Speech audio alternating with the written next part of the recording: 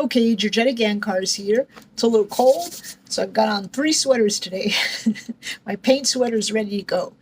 And today I wanted to show you how to paint figures using the palette knife. So I've done these, and these are a little bit more, as you can see, realistic. This is a combination, of the brush and the palette knife. Here's another one. Okay. One.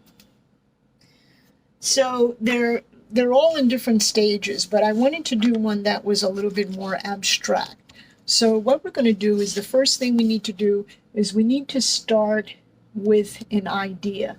And the idea would be kind of to just draw these lines for the shape of the face. And then, what I've done here, so I can do the demo real fast, I've put the colors. It's almost like kind of like a paint by number kind of situation. So I'm just going to start with the colors that I mixed. And here is my palette. And I left the colors, of course, 2 inches apart. And let's just start with the face. And I'm just going to mix the colors as I go. And I'm going to start with the lighter colors first. And this happens to be pale here. And I'm putting everywhere that I see, where I am going to leave a very light color. Okay, done. Then the next thing that I'm going to do is I'm going to build up, and I'm going to move the next color, which is going to be like a lighter pink. And you can fine tune it as you go along and change the drawing and the shape. But I'm just doing this for now, just to show you how to apply the paint.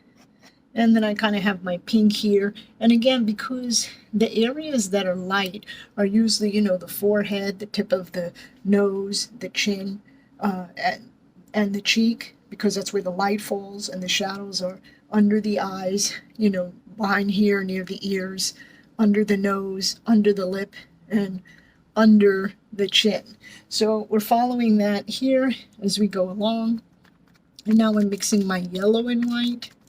And I'm just going to put that here. And again, that's just another light area.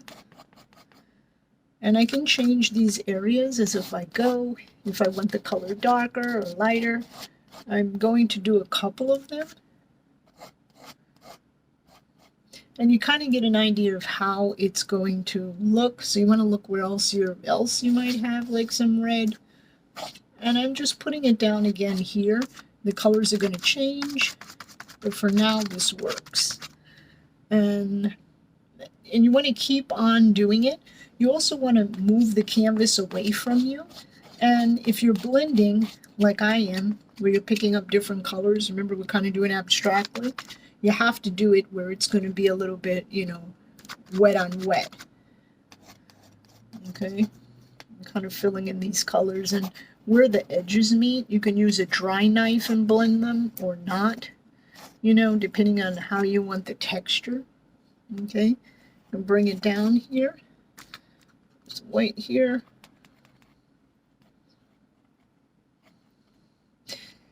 And like I said, you can use smaller size knives. I'm just happen to use the half blade. I just am holding it right now. But use whatever makes you feel comfortable when you're applying the paint. I'm just using the half blade because I'm so used to using it. I'm going to change in a minute with the size.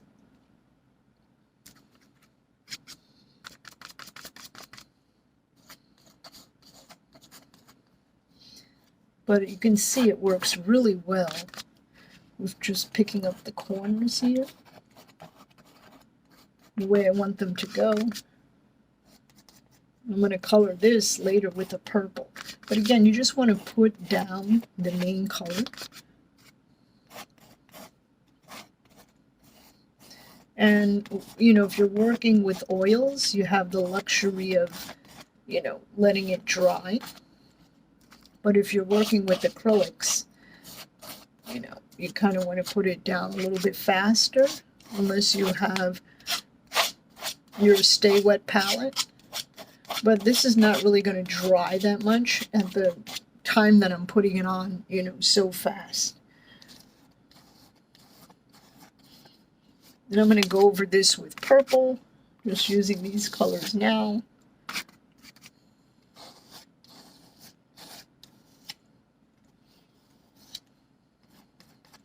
Okay, and then I'm going to change my knife, and I'm going to go to a much smaller knife where I have a little bit more precision.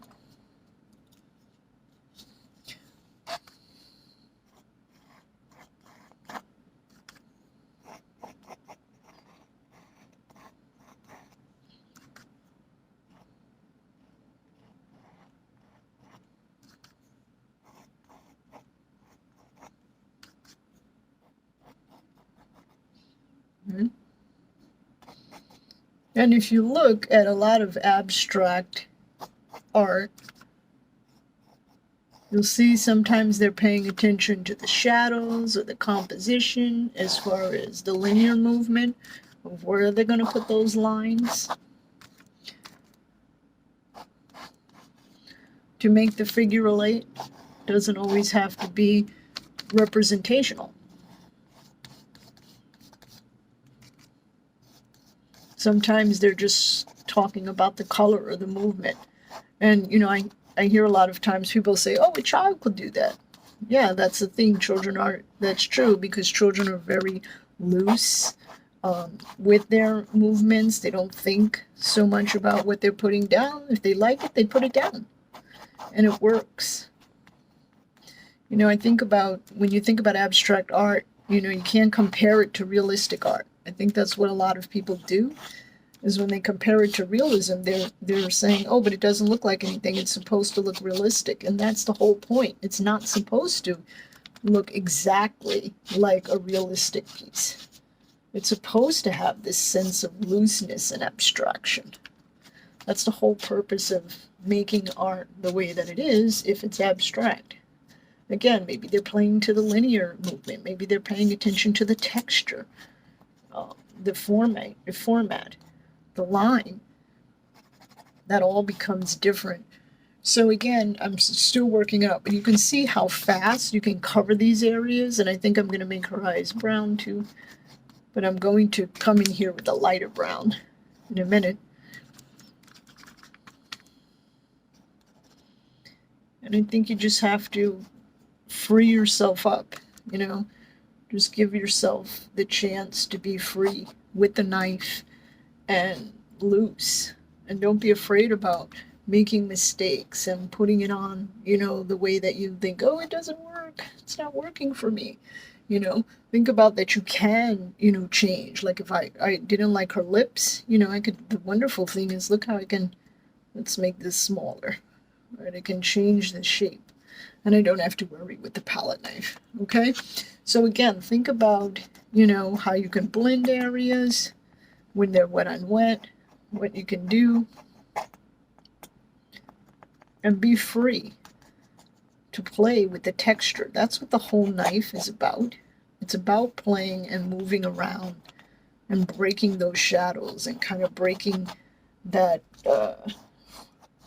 format that you might have with realism, where you have to copy and make sure that each line, you know, is looking very exact or realist. But with abstraction, you don't have to worry about that. You can change it all the time, and it keeps changing on the canvas. You know, that's the wonderful thing. You can change it, you can change the color, you can change the shape, you can change the form. And this would be like stage one of just building up all this beautiful color. And I'll go back and I'll do a second video. You see how the neck is building up, where I just keep building this up and up and up. And now, again, doesn't look like much, but we're going to keep on putting more color and building it up. So the thing is, just to get to this point where you're adding on the color, you're not afraid. Maybe try, you know, you can do it monochromatic if you want to go from light to dark. Or you can try different colors, right? But you want to keep building that up. You know, you want the thickness of the paint. That's the whole thing with the palette knife, okay? So I'm going to work on this, and then I will show you how it's going to change or how we're changing it. Okay, so start this.